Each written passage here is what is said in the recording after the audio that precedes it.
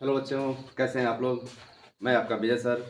Class 10वीं के 15वें अध्याय प्रायिकता के पहले लेक्चर में आप सभी का स्वागत है। इस लेक्चर के अंतर्गत हम क्या पढ़ने वाले हैं, हम बात करेंगे सबसे पहले प्रायिकता क्या होती है, फिर प्रायिकता के प्रकार। और प्रायिकता के प्रकार को जब हम समझने की कोशिश करें तो हमें मुख्य रूप से दो प्रायिकताएँ मिलेगी। एक आपका है प्रायोगिक प्रायिकता और एक है सैद्धांतिक प्रायिकता। फिर इनको पढ़ते पढ़ते हम सैद्धांतिक प्रायिकता का यहाँ पर कुछ सूत्र समझने की कोशिश करेंगे। साथ में कुछ छोटे छोटे टर्म्स मिलेंगे हमारे पास, जैसे प्रयोग हो गए, परिणाम हो गए और घटना हो गई। इसके साथ ही साथ अगर हम बात करें तो इस अध्याय में मुख्य रूप से दो उदाहरण पढ़ेंगे। उदाहरण एक व उदाहरण दो। ठीक है, तो मेरे ख्याल से आपको ये बात समझ में आ रही होगी। तो हम लोग उदाहरण एक और दो का यहाँ पे क्या करेंगे, अध्ययन करेंगे। अब यहाँ पे जो भी नए बच्चे आए हों उन सबसे अनुग्रह है कि सर्वप्रथम आप इस चैनल को सब्सक्राइब कर लें। चैनल का नाम है बड़े भारत भाई विजय सर। इसे सब्सक्राइब करें। साथ ही में टेलीग्राम से जुड़ना ना भूलें। साथ ही साथ जो पुराने बच्चे भी हैं उनको भी ये बताया जा रहा है कि टेलीग्राम से जुड़ना ना भूलें। टेलीग्राम का लिंक नीचे डिस्क्रिप्शन में दिया गया है, तो आप वहाँ से जाके टेलीग्राम में ज़रूर जुड़ें। टेलीग्राम में इसलिए जुड़ें क्योंकि आने वाले जो भी वीडियो होंगे उस वीडियो की नोटिफिकेशन या PDF या किसी अन्य प्रकार की जो इन्फॉर्मेशन होगी वो टेलीग्राम के माध्यम से आपके पास पहुंचाई जाएगी।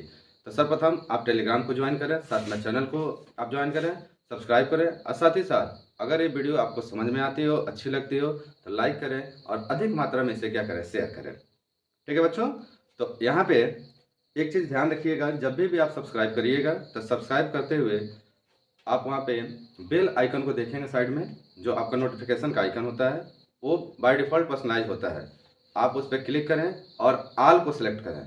ठीक है, आल को सिलेक्ट करने से ये होता है कि जो भी वीडियो पहली बार आपका इस पर अपलोड किया जाता है, इस चैनल पर अपलोड किया जाता है, उसका नोटिफिकेशन सबसे पहले आपके पास पहुँचता है। तो आप इस बात का ध्यान रखें। और साथ में चलिए अब ज़्यादा समय ज़ाया न करते हुए हम अध्याय को आरंभ करते हैं। हमारा अध्याय है प्रायिकता। तो जैसा मैंने कहा कि आरंभ करते हैं अध्याय प्रायिकता। प्रायिकता होती क्या है। अगर प्रायिकता के बारे में बात करें तो हम कहते हैं किसी घटना के होने की संभावना का संख्यात्मक रूप से मापन क्या कहलाता है, प्रायिकता कहलाता है। अब इसका अर्थ क्या है, कैसी घटना। देखिए, जैसे हम कहें कि आज संभवतः बारिश होगी, आज बारिश होने की एक संभावना जताई जा रही है, तो यह बारिश का होना एक प्रकार की क्या है, घटना है। अब ये बारिश होगी कि नहीं होगी इसकी उम्मीद कितनी बनती है, 50-50% की बनती है। या हो सकता है कि 70% उम्मीद है कि बारिश होगी, 30% है कि नहीं होगी। या यह तय कर पाना कि सच में बारिश होगी यह जरूरी नहीं है। तो इसी का जो संख्यात्मक रूप से मापन किया जाता है कि कितना परसेंट बारिश होगी, कितना परसेंट बारिश नहीं होगी, यही हमारी क्या कहलाती है, प्रायिकता कहलाती है। तो उदाहरण में जैसे आज संभवतः बारिश होगी, राहुल के क्लास में प्रथम आने की संभावना है, भारत के टॉस जीतने का क्या है, सहयोग है। अब इन शब्दों में देखोगे आप तो यहाँ पे कुछ आपके की पॉइंट दे रहे हैं। जैसे यहाँ पे आ रहा है आपका एक शब्द संभवतः, साथ में यहाँ पे क्या दे रहा है, संभावना, साथ में यहाँ पे क्या दे रहा है, संयोग। इसी प्रकार से अनिश्चितता और बहुत सारी चीजें आगे प्राप्त होती हैं। तो इन बातों को अगर ध्यान रखते हुए हम दोबारा से प्रायिकता को अगर परिभाषित करें तो कैसे कर सकते हैं। तो कहते हैं अतः गणित की वह शाखा जिसके अंतर्गत संभावना, संदेह, संयोग, अनिश्चितता आदि का संख्यात्मक रूप से मापन किया जाता है, प्रायिकता कहलाती है। अब इसमें आपको दोबारा समझ लीजिए एक बार, क्या कहा जा रहा है, गणित की वह शाखा जिसके अंतर्गत संभावना, संदेह, संयोग, अनिश्चितता आदि का संख्यात्मक रूप से मापन किया जाता है, क्या कहलाता है, प्रायिकता कहलाता है। अब प्रायिकता को अगर आप बहुत अच्छे से समझना चाहते हैं, बेसिक लेवल पर समझना चाहते हैं, वो सारे बच्चे जिन्होंने क्लास 9th में प्रायिकता को नहीं ठीक से पढ़ा है, आप इसी बड़े भारत भाई विजय सर के वीडियो लेक्चर या ऑनलाइन प्लेटफॉर्म पे आप जाएं और वहां से क्लास 9th का अध्याय 15 प्रायिकता पर जाके और वहां से आप प्रायिकता चैप्टर को बहुत ठीक से, बहुत बेसिक रूप से क्या कर सकते हैं, अध्ययन कर सकते हैं।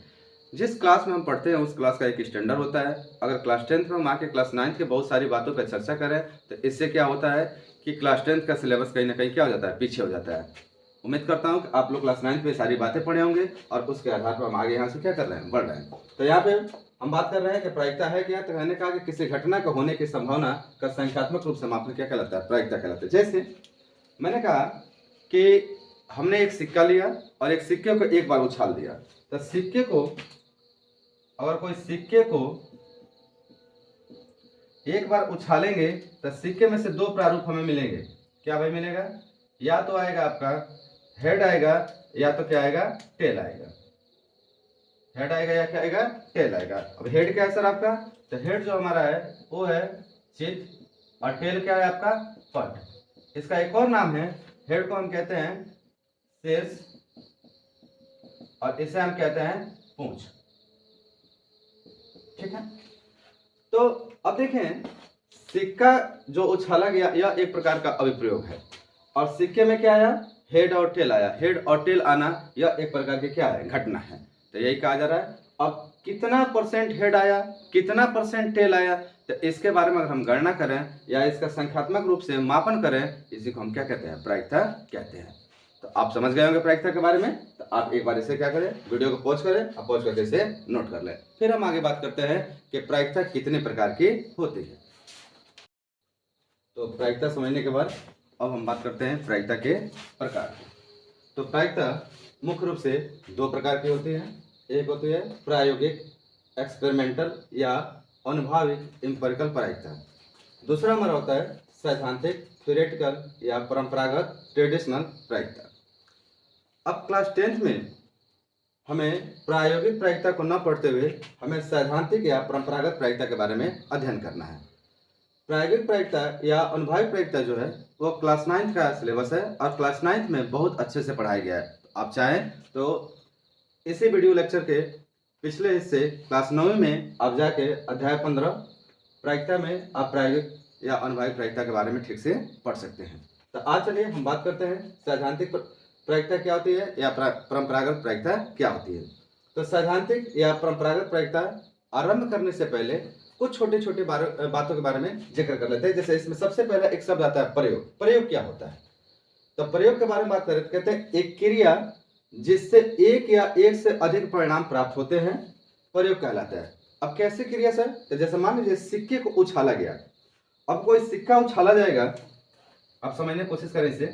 मान लें कि हमने कोई, यह एक कॉइन है और इस कॉइन का एक हिस्सा हेड होगा, दूसरा क्या होगा, टेल होगा। अगर हम कॉइन को उछालें, कॉइन से या तो हमें हेड आए या तो क्या है, टेल। अगर कॉइन उछालने पे यह दोनों में से कोई एक परिणाम आते हैं तब तो कहेंगे कि यह प्रयोग है, लेकिन अन्यथा अगर कॉइन आपने उछाला और ना ही हेड आया ना ही टेल आया तो फिर आपका कोई प्रयोग नहीं है। उसी प्रकार से अगर मान लीजिए कि हम पासे को फेंकें, पासे को फेंकने पर एक, पासे के कुल 6 फलक होते हैं, तो पासे को फेंकने पर 1 से लेकर 6 तक के बीच का अगर कोई भी आपका परिणाम आता है तो आप कहेंगे कि पासे का फेंकना एक क्या है, प्रयोग है। लेकिन अगर 8 कोई व्यक्ति कहे कि 8 आए तो पासे में 8 तो होते नहीं है, तो 8 आएंगे कैसे? इसका मतलब है कि पासे को फेंका गया और अनुमान लगाया जा रहा है कि 8 आए, तो उस कंडीशन में पासे का फेंकना एक प्रयोग नहीं है। तो पासे का फेंकना कब प्रयोग होता है? तो जब 1 से लेकर कहां तक आए, 6 आए। उसी प्रकार से हम बात करें कार्ड की या ताश के, तो ताश के पत्तों में से एक एक्का का निकालना बात। अगर ताश के पत्तों में एक्का होगा तो 100% निकलेगा, और होता ही होता है। तो ताश के पत्तों में से एक्का का निकालना क्या है, प्रयोग है। लेकिन ताश के पत्तों में से एक ऐसी चीज का निकालने की कोशिश करें जो उसमें है ही नहीं है, तो फिर वो हमारा प्रयोग नहीं होगा। तो उम्मीद करता हूं कि आप प्रयोग के बारे में समझ गए होंगे। प्रयोग क्या है? प्रयोग भाई किसी क्रिया, एक ऐसी क्रिया किया जा रहा है जिसके करने पर कम से कम एक या एक से अधिक परिणाम है। जैसे इसको फेंका गया तो उसमें या तो हेड आएगा या तो क्या आएगा, टेल आएगा। तो आप प्रयोग को समझ गए होंगे। अब बात करते हैं, अगला आता है परिणाम। परिणाम क्या है? तो किसी प्रयोग के अंतर्गत, प्रयोग शब्द आ रहा है, इसका मतलब उसमें कोई ना कोई आपका हेड या टेल या आपका 1 से लेकर 6 तक कोई ना कोई परिणाम तो जरूर आएंगे। तो आपका कहा गया कि किसी प्रयोग के अंतर्गत सभी संभव मान, अब कोई आप प्रयोग कर रहे हो तो उसमें जितने भी संभव मान आ सकते हैं। जैसे हम सिक्के के बारे में बात करें, सिक्के को उछालेंगे तो संभव मान क्या क्या आएगा, तो एक आएगा हेड और एक क्या आएगा, टेल। तो कितने संभव मान हो गए, 2 संभव मान हो गए। इसका मतलब है कि सिक्के का उछालना एक प्रयोग हुआ और उस प्रयोग के परिणाम कितने निकले, तो 2 निकले। उसी प्रकार से पासे को अगर फेंका जाए तो पासे के 6 फलक होते हैं, उस पर 6 नंबर होते हैं। तो पासे का फेंकने पे क्या क्या आ सकता है, 1 आ सकता है, 2 आ सकता है, 3 आ सकता है, 4 आ सकता है, 5 आ सकता है, इसी प्रकार से 6 आ सकता है।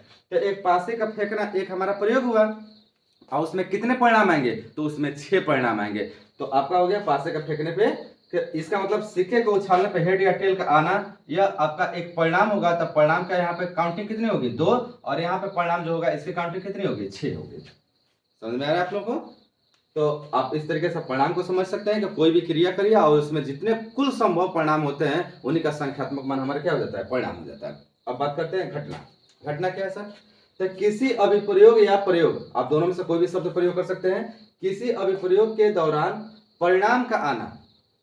अब इसका क्या अर्थ है सर? अब इसका अर्थ यह है कि मान लीजिए अगर हम कह रहे हैं कि यहाँ पर हमने कहा कि एक प्रयोग किया गया और उसमें हर संभव मान कितने आए, 2 आए। जैसे सिक्के को उछालने पे कितने आए, 2 आए, या पासे को उछालने पे कितने आए, 6 आए। लेकिन एक ही बार में नहीं आ जाएंगे। ऐसा तो है नहीं है कि आप एक बार सिक्का को उछालोगे और हेड भी आ जाएगा, टेल आ जाएगा। नहीं नहीं, ऐसा नहीं हो सकता है। हाँ, ये संभावना है कि उसमें 2 परिणाम आ सकते हैं, या तो हेड आएंगे या तो क्या आएंगे, टेल आएंगे। तो यहाँ पे कहा जा रहा है किसी घटना के अंतर्गत किसी अभिप्रयोग के दौरान परिणाम क्या ना, मतलब आपने एक सिक्के को उछाला और उछालने पे क्या आया, मान लीजिए कि उछालने पे हेड आया, तो जो हेड आया वो हमारा क्या कहलाता है, घटना कहलाता है। उसी प्रकार से पासे को फेंकने पे, मान लीजिए पासे को फेंका गया और वहां पे नंबर 4 आया, तो जो नंबर 4 का आना हुआ वो हमारा क्या कहलाता है, घटना कहलाता है। तो प्यारे बच्चों, मेरे ख्याल से आपको ये बात समझ में आ गई होगी कि प्रयोग क्या है, परिणाम क्या है और घटना क्या है। एक बार फिर से मैं रिवाइज करा देता हूं। प्रयोग क्या भाई? तो किसी क्रिया जिसके एक या एक से अधिक परिणाम प्राप्त होते हैं प्रयोग कहलाते हैं। जैसे सिक्के को उछालने पे हेड और टेल के आ जाना, पासे को फेंकने पे 1 से लेकर 6 तक आ जाना, ताश के पत्तों में से एक काका निकालना, ये सब के सब क्या है, प्रयोग है। परिणाम क्या है? किसी प्रयोग के अंतर्गत सभी संभव मान। तो अगर हम सिक्के को उछालेंगे तो उसमें हेड और टेल आएंगे, तो 2 संभव मान होंगे। उसी प्रकार से पासे को फेंकेंगे तो 1 से लेकर 6 तक आएगा, तो कितने आपके मान होंगे, परिणाम कितने होंगे, 6 हो जाएंगे। वैसे ही घटना क्या है? तो किसी अभिप्रयोग के दौरान परिणाम का आना क्या कहलाता है, घटना कहलाता है। अब किसी भी अभिप्रयोग को करोगे तो उसमें कोई ना कोई परिणाम आएगा, कोई ना कोई आपके रिजल्टेंट आएंगे, तो क्या आएगा? तो सिक्का उछालने पे हेड या टेल का आना। तो सिक्का उछालोगे, मान लो हमने कहा कि क्या आ गया, हेड आ गया, तो हेड का आना एक प्रकार का क्या है, घटना है। उसी प्रकार से पासा फेंकने पर 1 से लेकर 6 के बीच में कोई भी आएगा, हमने मान लिया कि क्या आया, संख्या 4 आया, तो संख्या 4 एक प्रकार की क्या है, घटना है। तो मेरे ख्याल से आपको ये बात समझ में आ गई होगी। अगर समझ में आ गई हो तो आप इसे वीडियो को पॉज करें और पॉज करके इसको क्या कर लें, नोट कर लें। साथ ही साथ अगर आपको ये चीज़ अच्छे से समझ में आ रही है तो प्यारे बच्चों इसे लाइक करें और सब्सक्राइब करें और बहुत अधिक मात्रा में अपने दोस्तों तक क्या करें, पहुंचाएं, जिससे और दोस्त भी इस पूरे अध्याय का क्या कर सकें, लाभ उठा सकें और अपना अध्ययन कर सकें। अब आगे हम बात करते हैं कि हमने अभी कहा कि प्रायिकता मुख्य रूप से 2 प्रकार की होती है और कक्षा 10 में हमें सैद्धांतिक प्रयोक्ता के बारे में क्या करना है, अध्ययन करना है। तो अब टॉपिक आता है आपका सैद्धांतिक प्रयोक्ता।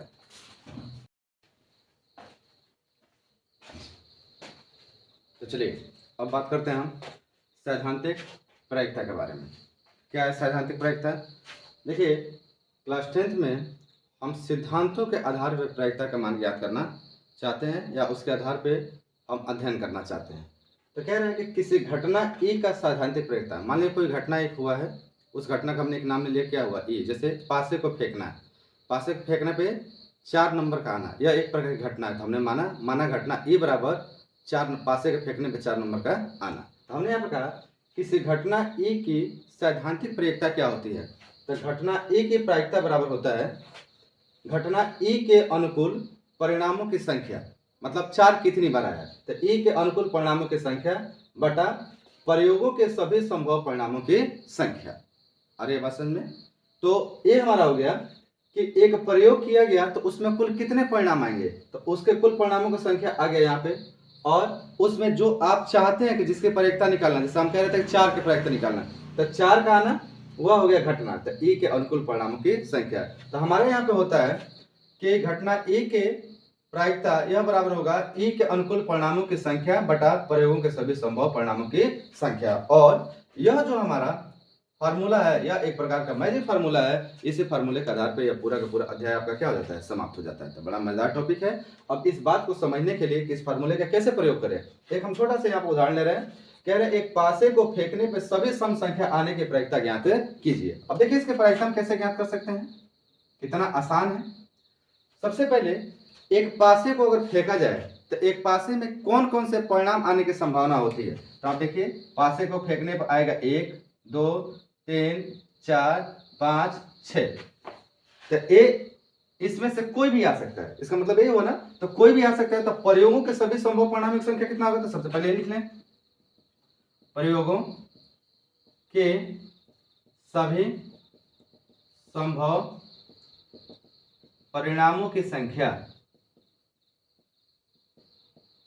तो ये संख्या हमारी हो जाएगी, कितने आ सकते हैं, तो 1 2 3 4 5 और 6, तो कुल कितने हो गए 6। अब आप यहां मान लोगे, माना घटना ई, और घटना ई में क्या लाना है, सभी सम संख्या आने की प्रायिकता आपको ज्ञात करना है। घटना ई बराबर आप लेंगे सभी सम संख्या आने की, ठीक।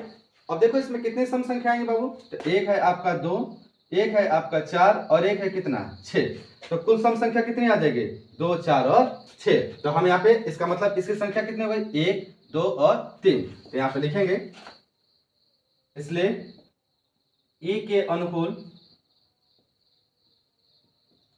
के अनुकूल परिणामों की संख्या, ए के अनुकूल परिणामों की संख्या कितनी होगी, तो ये हमारी हो जाएगी कितने के बराबर, 3 के बराबर। अब क्या निकालना है सर, तो अब आपको निकालना है घटना ई के अनुकूल प्रायिकता। ई क्या है, तो सभी सम संख्या आने की, ठीक है ना। तो हम लिखेंगे इसलिए घटना ई के अनुकूल प्रायिकता हम कैसे निकाल सकते हैं, तो ई, तो यहाँ प्रायिकता हम घटना ई के लिए निकाल रहे हैं, और ये होगा ई के अनुकूल परिणामों की संख्या। तो ई के अनुकूल कितने परिणाम है 3, और आपके प्रयोगों के सभी संभव परिणामों की संख्या कितनी है 6, तो काट लीजिए 3 1 3 3 2 6, कितना आ गया 1/2, भाग देंगे तो कितना आएगा 0.5। अर्थात आप क्या कह सकते हैं, हम कह सकते हैं कि एक पासे को फेंकने पे सभी सम संख्या आने की प्रायिकता जो है वो कितना है 0.5 है। अरे बात समझ में, तो इस तरीके से हम क्या कर सकते हैं, सैद्धांतिक प्रायिकता को समझ सकते हैं। अब इसी सूत्र को आधार बनाते हुए और हम आगे के उदाहरण 1 और उदाहरण 2 को करेंगे। तो मेरे ख्याल से बात आपको समझ में आ गई होगी। अगर ये समझ में आ गया हो तो वीडियो पॉज करके आप इसे क्या कर सकते हैं, नोट कर सकते हैं। तो चलिए अब बात करते हैं उदाहरण नंबर 1 की। कह रहा है एक चित्र प्राप्त करने की प्रायिकता ज्ञात कीजिए जब एक सिक्कों को एक बार उछाला जाता है, साथ ही एक पट प्राप्त करने की भी प्रायिकता क्या करिए, ज्ञात कीजिए। देखिए प्रश्न में पूछा गया है, प्रश्न में कह रहा है कि मान लीजिए कोई एक सिक्का है और इस सिक्के को उछाला जा रहा है। तो सिक्के को उछालने पे हमारे पास 2 प्रकार के संभव परिणाम आएंगे, एक तो आएगा हेड और एक आएगा टेल, ठीक। तो संभव परिणाम जो हुए वो कितने हो गए, 2 हो गए। अब कह रहा है हेड आने की, हेड मतलब चित आने की, तथा साथ ही साथ पट आने की भी क्या करिए, प्रायिकता ज्ञात कीजिए। तो बच्चों फार्मूला तो हमारा वही लगना है कि किसी घटना ई की प्रायिकता बराबर होता है ई के अनुकूल परिणामों की संख्या बटा प्रयोगों के सभी संभव परिणामों की संख्या। तो हम यहाँ पे क्या करते हैं, सर्वप्रथम इसी के आधार पे हम यहाँ पे कुछ चीजों को लिखते हैं, जैसे इसका सॉल्यूशन करते हैं। तो कैसे सॉल्यूशन करेंगे इसका, तो सर्वप्रथम हम लिखते हैं प्रयोगों के सभी संभव परिणामों की संख्या, प्रयोगों के सभी संभव परिणामों की संख्या, और यह हो जाएगा कितने संभव परिणाम है, तो एक हेड और एक टेल दोनों मिला कितना हो गया 2, तो यह हो गया 2, ठीक। अब आप क्या करिए, एक बार आपको चित्त की प्रायिकता बतानी है और एक बार पटाने की प्रायिकता बतानी है। तो आप यहाँ पे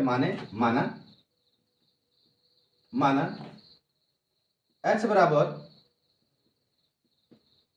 चित्त आने के लिए, चित्र आने के लिए, और साथ ही साथ t बराबर मान लेंगे पट आने की, लिए हटा दीजिए, चित आने की और यहाँ लिखिए पट आने की, ठीक है। तो अब हम यहाँ पे क्या करेंगे, प्रायिकता निकालने हैं, एक बार चित आने की प्रायिकता निकालनी है और एक बार क्या निकालनी है, पट आने की प्रायिकता निकालनी है। तो ये बड़ा आसान है। अब आप यहाँ पे लिख सकते हैं चित आने के लिए, चित आने के लिए, और आप लिखेंगे घटना h की प्रायिकता, h मतलब चित आने की, तो घटना चित आने की प्रायिकता यह बराबर हो जाएगा।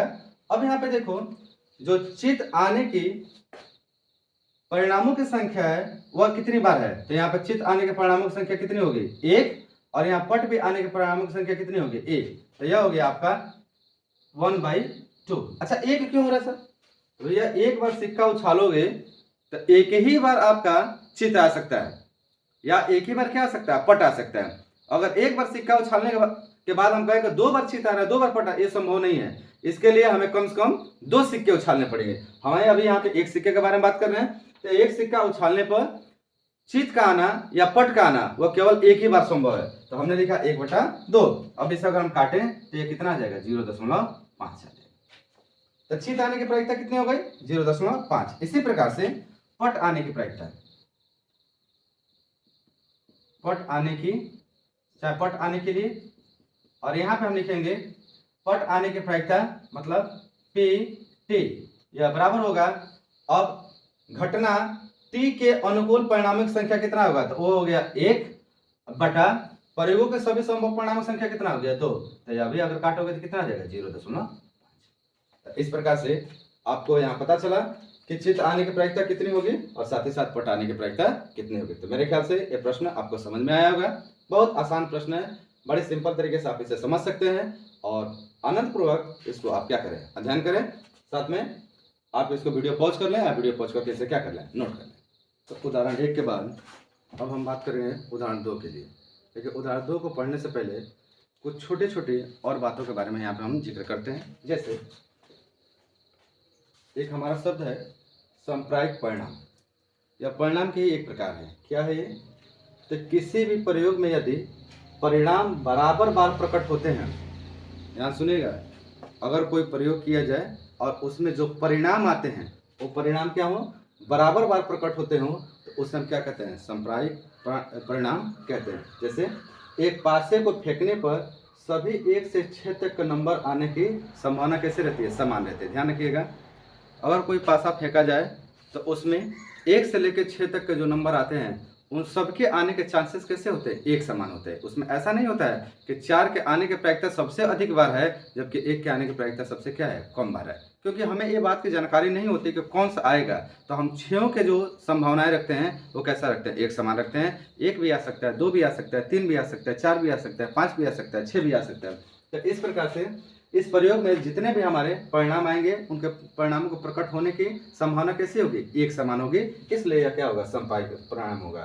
साथ ही साथ प्रारंभिक घटना के बारे में अगर हम बात करें तो कहते हैं जिस घटना का केवल एक ही परिणाम, एक घटना हो रही है किसी प्रयोग के अंतर्गत और उस घटना का केवल और केवल एक ही परिणाम हो, वो हमारा क्या कहलाता है, वह उसे हम प्रारंभिक कहते हैं या प्रारंभिक घटना कहते हैं।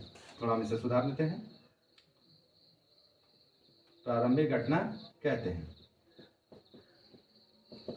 ठीक है, जैसे सिक्के के उछालने पर कोई एक ही परिणाम आ सकता है, वो चाहे क्या हो, चित हो या क्या हो, पट। तो चित भी आएगा तो केवल कितनी बार, एक बार, और पट भी आ सकता है तो कितनी बार, एक ही बार। इसलिए इस सिक्के को उछालने पर चित या पट के आने की जो हमारी प्रायिकता है या संभावना जो है वो कैसी है, समान बार है और वह एक ही बार है। इसलिए यह कैसी घटना कहलाती है, प्रारंभिक घटना कहलाती है।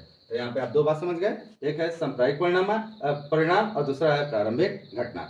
अब आगे बात करते हैं हम उदाहरण नंबर 2 की। क्या कह रहा है उदाहरण 2, एक थैले में एक लाल गेंद, एक नीली गेंद और एक पीली गेंद। कोई एक थैला है, मान लीजिए कि इस प्रकार से कोई हमारे पास एक थैला है और इसमें एक गेंद लाल कलर की है, एक गेंद आपकी पीली कलर की है और एक गेंद आपकी नीली कलर की है। ठीक है, साथ ही साथ सभी गेंद एक ही साइज के, तीनों का साइज जो है, साइज कैसे है, एक समान है। कृतिका बिना थैले के अंदर झांके, एक कृतिका नाम की लड़की है जो बिना इसमें देखे हुए इसमें से एक गेंद निकालती है। अब भाई कृतिका इसमें हाथ डाल के गेंद निकालेगी बिना देखे हुए, और जब सबके साइज एक ही है तो हो सकता है कि लाल भी आ जाए, हो सकता है कि आपका पीला भी आ जाए, हो सकता है आपका क्या है, नीला। तो तीनों के आने की संभावना कितना होगी बेटा, तो तीनों के आने की संभावना कैसी होगी, एक समान होगी, एक बराबर होगी। तो कह रहा है कि पीली होगी, प्रायिकता ज्ञात कीजिए कि पीले आने की क्या प्रायिकता है, या लाल होने की क्या प्रायिकता है, या नीले होने की क्या प्रायिकता है। देखिए बड़ा आसान है, चलिए इसका सॉल्यूशन निकालते हैं। कैसे सॉल्यूशन निकालेंगे हम इसका, तो सबसे पहले किसी भी प्रकार के प्रयोग में प्रयोगों के सभी संभव परिणामों की संख्या कितनी होती है, पहले वो लिखे। देखिए इसमें कितने हैं हमारे, 3 है, अगर हम प्रयोग करेंगे तो परिणामों की संख्या कितनी आएगी? 3 आएगी। तो सबसे पहले आप ये लिख लें कि प्रयोगों के सभी संभव परिणामों की संख्या, ये हमने कितना मान लिया? 3। ठीक है ना। अब यहाँ पे माना घटना, लाल के पीले के लिए हम ले रहे हैं y, माना घटना y बराबर पीले आने के लिए, उसके बाद r हम मान लेते हैं लाल आने के, और साथ ही साथ हम b मान लेते हैं नीली आने के।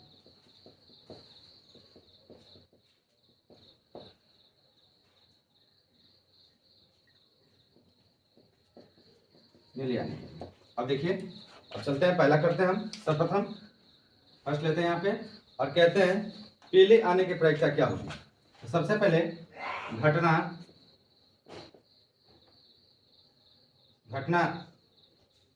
y के अनुकूल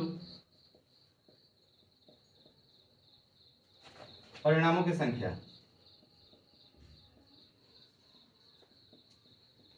तो y का अनुकूल परिणाम घटना कितनी हो जाएगी? 1 हो जाएगी। इसलिए y क्या है हमारा? पीले आने की। तो पीले आने की प्रायिकता क्या होगा? पी वाई बराबर हो जाएगा 1/3, इतना आ जाएगा। इसी प्रकार से हम बात करें दूसरी कि घटना r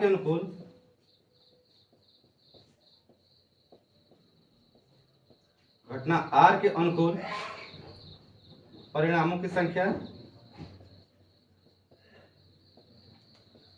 और इसकी संख्या भी कितनी है? 1 ही है। इसलिए घटना r की प्रायिकता यह भी हो जाएगा आपका 1/3। साथ ही साथ अगर हम तीसरे की बात करें यहाँ पे, तो तीसरा क्या आपका? तो थर्ड है हमारा घटना b के अनुकूल परिणामों की संख्या, और ये भी कितना होगा हमारा? 1 ही होगा। घटना b के अनुकूल परिणामों की संख्या कितना होगा? 1। इसलिए प्रायिकता b या घटना b की प्रायिकता यह भी हमारे कितने के बराबर आ जाएगी? 1/3। अब आप चाहें तो इसे काट भी सकते हैं, चाहें तो ऐसे भी रख सकते हैं, उसमें कोई समस्या नहीं है। तो यहाँ पे देखिए, मुख्य रूप से पीले आने की प्रायिकता, लाल आने की प्रायिकता और नीले आने की प्रायिकता क्रमशः कैसे हैं? 1/3, 1/3 और 1/3 है। अब यहाँ पे देखो, इन्हीं चीजों को हम इन दोनों से कैसे मिला रहे हैं। जैसे यहाँ पे कहा गया था कि किसी प्रयोग में यदि परिणाम बराबर बार प्रकट हो, तो देखिए पीले, लाल और नीले तीनों के प्रकट होने की संभावना कैसा? एक समान है। इसका मतलब ये सब के सब जो भी परिणाम आएंगे, ये परिणाम हमारे कैसे होंगे? संप्रायिक होंगे। साथ ही साथ यह एक प्रकार की प्रारंभिक घटना भी है। कैसे? देख लो, प्रारंभिक घटना कैसे है? पीली केवल और केवल एक ही बार आएगी, लाल केवल और केवल कैसे आएगी? एक ही बार आएगी, और आपकी नीली भी कितना आएगी? एक ही बार आएगी। इसलिए इनके जो भी घटना इसमें घट रहे हैं, उन घटना का परिणाम केवल और केवल कितनी बार है? एक बार है। इसलिए साथ में कैसी घटना है? प्रारंभिक घटना भी है। इसलिए आपको संप्रायिक और प्रारंभिक घटना को मैंने पहले ही बता दिया था कि जिसके आधार पे आप इन प्रश्नों का क्या कर सके? हल ज्ञात कर सके। तो मेरे ख्याल से आपको ये बात समझ में आई होगी। अगर ये आपको बात समझ में आई हो तो आप इस वीडियो को पॉज करके और इसे क्या करें? नोट कर लें, स्क्रीनशॉट लेके और इसे दोबारा नोट कर लीजिए। चलिए, मेरे ख्याल से हो गया होगा। अब बड़े भारत भाई विजय सर के तहत आपका 10वीं कक्षा का अध्याय 15 का पहला लेक्चर आज आरंभ हुआ है। इसके आधार पे हमने यहाँ पे प्रायिकता क्या होती है और प्रायिकता से संबंधित कुछ बातों का अध्ययन किया। साथ ही साथ हमने उदाहरण 1 और उदाहरण 2 के बारे में अध्ययन किया। अगले लेक्चर में हम उदाहरण 2 के आगे के प्रश्नों का हल करना आरंभ करेंगे। साथ ही साथ यहाँ पे जो भी नए बच्चे आए हों और नए बच्चे, आप अगर वीडियो आपको पसंद आई हो तो आप इसे लाइक करें, सब्सक्राइब करें तथा अधिक मात्रा में शेयर करें। साथ ही साथ आप टेलीग्राम चैनल पे ज़रूर जाएं, टेलीग्राम चैनल पर जाकर ज्वाइन करें। टेलीग्राम चैनल का जो लिंक है वो आपको डिस्क्रिप्शन में मिल जाएगा। काटना पड़ेगा।